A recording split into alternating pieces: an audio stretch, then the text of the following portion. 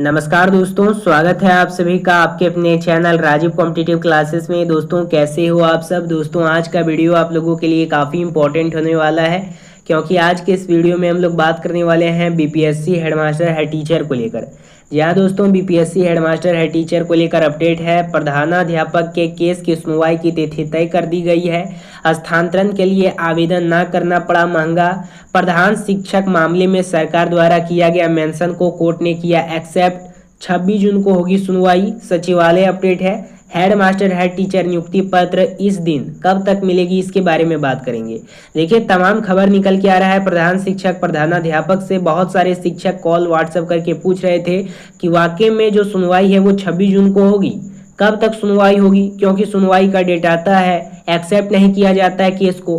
क्या क्या प्रक्रिया है, कौन सा न्यूज़ सही है, कौन सा गलत है, इसके बारे में बात करने वाले हैं। यानी कि जो भी आपका माइंड में चल रहा है, जो भी डाउट है, वो हर एक डाउट क्लियर हो जाएगा इस वीडियो को देखने के बाद। अगर आप चैनल पे पहली बार विजिट किए हो तो चैनल को सब्सक्राइब कर लीजिएगा, बेल आइकन को प्रेस कर लीजिएगा। चलिए दोस्तों वीडियो को स्टार्ट करते हैं। देखिए सबसे पहले आप लोगों को पता है कि आज केस आप लोगों का एक्सेप्ट हो गया है, यानी 26 जून को सुनवाई होगी। CWJC/6614/2025 के तहत आप लोगों का केस किया गया था। किसके द्वारा केस किया गया था? जयप्रकाश बनाम के द्वारा 48 लोग के नेतृत्व में केस किया गया था। 48 लोग इसमें पिटिशनर बनाए गए थे सरकार के खिलाफ, रिस्पोंडेंट से सरकार। अब क्यों?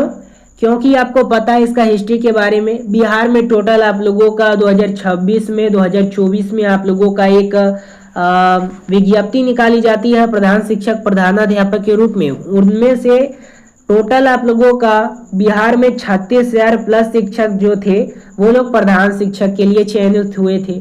उसमें से सभी लोगों को गृह जिला मिला, लेकिन उनमें से 2645 ऐसे लोग थे जिन लोगों का गृह जिला नहीं मिला। उसी में 48 लोग घुसा करके केस कर दिए जा करके, इस कारण से कि हम लोगों का गृह जिला नहीं मिला। और सरकार के द्वारा कहा गया था, शिक्षा विभाग के द्वारा कहा गया था कि अगर भैया आपका रैंक अच्छा होगा तो आप लोगों का गृह जिला मिलेगा, रैंक नहीं होगा, कैटेगरी नहीं होगा तो आप लोगों का यहाँ पे गृह जिला नहीं मिलेगा। हो सकता है यही कुछ बातें हों। इसी को देखते हुए 48 लोग जाकर के पटना उच्च न्यायालय में CWJC/6614/2025 जयप्रकाश बनाम के नेतृत्व में केस कर देते हैं और वो लोग पिटिशनर बनते हैं।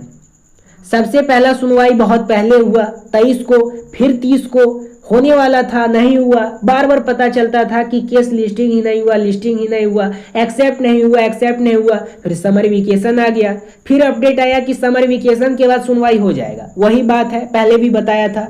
तो CWJC/6614/2025 को अगर पटना उच्च न्यायालय के ऑफिशियल वेबसाइट पे जाकर के सर्च कीजिएगा तो इसका पूरा केस का बायोडाटा आप लोगों के पास आ जाएगा।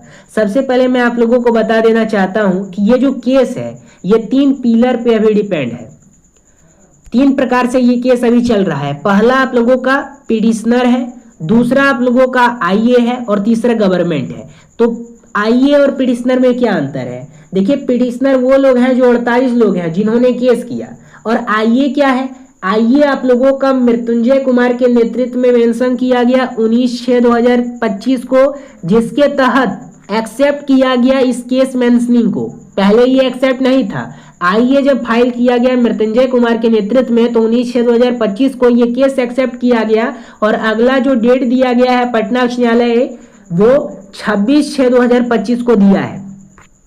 यानी कि आप लोगों का जो सुनवाई होगा ये केस, इसका सुनवाई 26/6/2025 को होगा, यानी 26 जून को इसका सुनवाई रखा गया है। 26 जून को आप लोगों का फाइनल जजमेंट आएगा प्रधान शिक्षक के रूप में, क्या सही और क्या गलत है। कि आपको पता है इससे पहले भी एक्सेप्ट करने की मांग हो रही थी, क्यों नहीं हुई इससे पहले एक्सेप्ट? अभी ही क्यों हुई है, पहले क्यों नहीं हुई थी? तो आपको पता है कि उस समय जो जज थे वो दूसरे केस में बिजी थे, और जज ने क्या किया था, एक प्रकार से उन्होंने आदेश जारी कर दिया था कि जब केस सुनेंगे तो हम ही सुनेंगे, क्योंकि पहले से हम ही सुनते आ रहे हैं, कोई और बेंच में ये केस नहीं जाना चाहिए। इसलिए मृत्युंजय कुमार का जो आईए फाइल किया गया था उसको केस जो है उसको मेंशन कर लिया, और 26/6/2025 को इसकी सुनवाई होगी पटना उच्च न्यायालय में। और उस दिन गुरुवार पड़ता है, क्योंकि आपको पता है टीचर से रिलेटेड शिक्षा से रिलेटेड गुरुवार को ही सुनवाई होती है।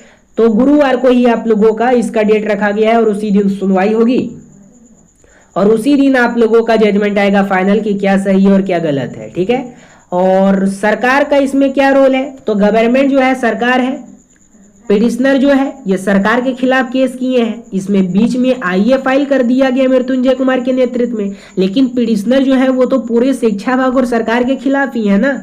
तो जो लोग सरकार है उसमें पिटिशनर है, रिस्पोंडेंट है, तो सरकार का जो सरकारी वकील है यानी सरकार का जो अधिवक्ता है वो भी जो आईए फाइल किया है मृत्युंजय कुमार, उनके नेतृत्व में जाकर के जो सरकार के अधिवक्ता है वो लोग जाकर के भी उसमें केस जो है उसमें मेंशन कर दिए हैं अपना। अब जो फाइनल जजमेंट आएगा वही 6/2025 को आएगा। यही दिन आप लोगों का डेट रहेगा, सही गलत का इसी दिन फैसला आएगा, क्या सही है क्या गलत है, कब तक आप लोगों को नियुक्ति पत्र देना चाहिए। ये डेट सभी प्रधान शिक्षक के लिए अति महत्वपूर्ण है, ठीक है। तो अब ज्यादा आप लोग इधर उधर की बात पे ध्यान नहीं दीजिएगा।